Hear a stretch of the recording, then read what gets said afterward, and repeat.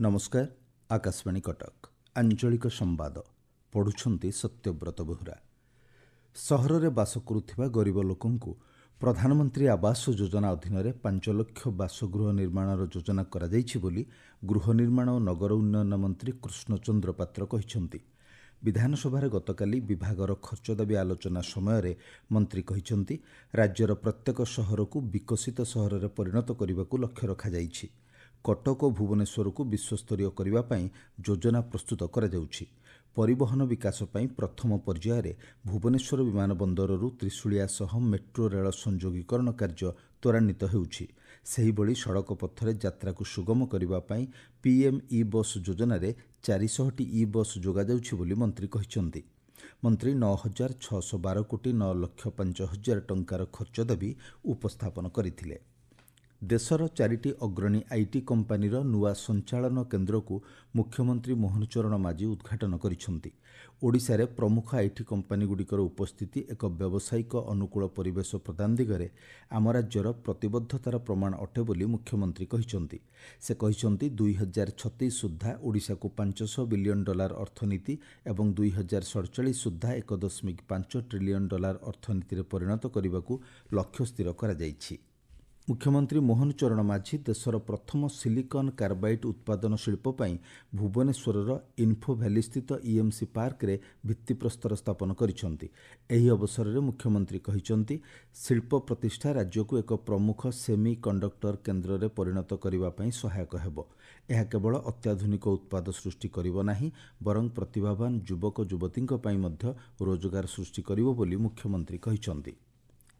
मुख्यमंत्री मोहन चरण माझी आज सकाळे भुवनेश्वर महात्मा गांधी मार्ग ठारे सुभद्रा सचेतनता भ्यानर शुभारंभ करिवे। एही कार्यक्रम में उपमुख्यमंत्री प्रभाती परिड़ा मध्य उपस्थित रहिबे। दक्ष मानव संबल एवं उपयोगी उपकूल अवस्थिति सह ओडिशा रसायन एवं पेट्रोकेमिकाल्सर प्रमुख केन्द्र में परिणत होगाकू जाउछि। यह उत्पादन निजुक्ति एवं रप्तानी पाई विपुल सुजोग प्रदान करिवो बोली केन्द्र रसायन और सार राष्ट्रमंत्री अनुप्रिया पटेल कहिसंती। भुवनेश्वर रे इंडिया केम 2024 शिल्प सम्मेलन में जोगदेई केन्द्रमंत्री यह कहिसंती। केन्द्र रसायन और पेट्रोकेमिकाल्स विभाग पक्षरु फिकिर मिलित सहयोग आयोजित एही सम्मेलन में राज्य सरकारक शिल्पनीति संपर्क में आलोचना होइथिला। भारतीय प्रतिरक्षा विभाग पक्षरु बालेश्वर अब्दुल कलाम द्वीपर LC-4 उत्क्षेपण केन्द्ररू अग्नि 4 क्षेपणास्त्र सफल परीक्षण करा जाइछि। डीआरडीओ पक्षरु विकसित अग्नि 4 एक मध्यम दूरगामी बैलिस्टिक मिसाइल यार 4000 किलोमीटर दूरतार थिबा लक्ष्य को ध्वंस करिवार क्षमता रहिछि। एही मिसाइल ओजन 17,000 किलोग्राम होइथिबा बेले लंब 66 फुट रहिछि। भुवनेश्वर में राज्यस्तरीय बैंकर्स कमिटी बैठक अनुष्ठित होइछि। बैठक में उन्नयन कमिशनर अनु गर्ग डिजिटाल साक्षरता और डिजिटाल मुद्रार गुरुत्व पर आलोचना करथिले। एथिरे आर्थिक अंतर्भुक्तिकरण, आर्थिक साक्षरता और डिजिटाल पेमेंट संपर्कित आलोचना होइथिला। उत्तरांचल राजस्व आयुक्त सचिन रामचंद्र यादव दिनिकिया बरगड़ गस्तर आसी विभिन्न उन्नयनमूलक कार्यर समीक्षा करिसंती। गस्त काल श्री यादव प्रथम रेशम मार्केट स्थित ऑडिटोरियम निर्माण कार्यर समीक्षा सह मिशन शक्ति कैफे परिदर्शन करथिले। समीक्षा बैठक में स्वास्थ्य, शिक्षा, कृषि एवं सुभद्रा योजना विषय आलोचना होइथिला। संबलपुर बुर्ला भीसुट्रे स्मार्ट इंडिया हाकाथन 2024 उद्यापित होइछि। भीसुट्र रोबोटिक्स सोसाइटी द्वारा आयोजित कार्यक्रम में 90टी दल अंशग्रहण करी वास्तव दुनियार विभिन्न समस्यार सृजनशील समाधानर उपाय उपस्थापन करथिले। गंजाम जिलार बुगुड़ा पिपुल्स कॉलेजर जुक्त 3 द्वितीय वर्ष छात्री मानक पई आयोजित 20 दिनिया आत्मसुरक्षा तालीम शिविर उद्यापित होइछि। एही अवसर में सेमानंकु प्रमाणपत्र प्रदान करा जाइछि।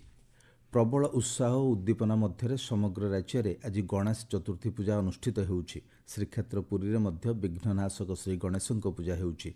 हजार हजार संख्यक श्रद्धालु प्रत्युषर श्रीमंदिर को जाई बट गणेशଙ୍କୁ पूजार्चना करुछंती। सहरर विभिन्न स्थान में गणेश मूर्ति सह आकर्षणीय तोरण निर्माण करा जाइछि। सेहिपरि राज्यर विभिन्न शिक्षानुष्ठान समेत सहर और ग्रामांचल में मध्य गणेश पूजा अनुष्ठित होउथिबा सूचना मिलिछि। ବଙ୍ଗୋପସାଗରରେ ସୃଷ୍ଟ ଲଘୁଚାପ ପ୍ରଭାବରେ ଆସନ୍ତା ମଙ୍ଗଳବାର ପର୍ଯ୍ୟନ୍ତ ରାଜ୍ୟର ବିଭିନ୍ନ ସ୍ଥାନରେ ପ୍ରବଳ ବର୍ଷା ହେବା ନେଇ ଭୁବନେଶ୍ୱର ଆଞ୍ଚଳିକ ପାଣିପାଗ ବିଜ୍ଞାନ କେନ୍ଦ୍ର ପକ୍ଷରୁ ପୂର୍ବାନୁମାନ କରାଯାଇଛି। ଗଞ୍ଜାମ, ଗଜପତି, ରାୟଗଡ଼ା, ପୁରୀ, ଖୋର୍ଦ୍ଧା, କୋରାପୁଟ, ମାଲକାନଗିରି ଓ ନବରଙ୍ଗପୁର ଜିଲ୍ଲାରେ ଆଜି ପ୍ରବଳ ବର୍ଷା ହେବାର ସମ୍ଭାବନା ରହିଛି। ଗୋଟିଏରୁ ଦୁଇଟି ସ୍ଥାନରେ 7ରୁ 11 ସେଣ୍ଟିମିଟର ବର୍ଷା ହେବାର ସମ୍ଭାବନା ଥିବାରୁ ସତର୍କତା ଜାରି କରାଯାଇଛି।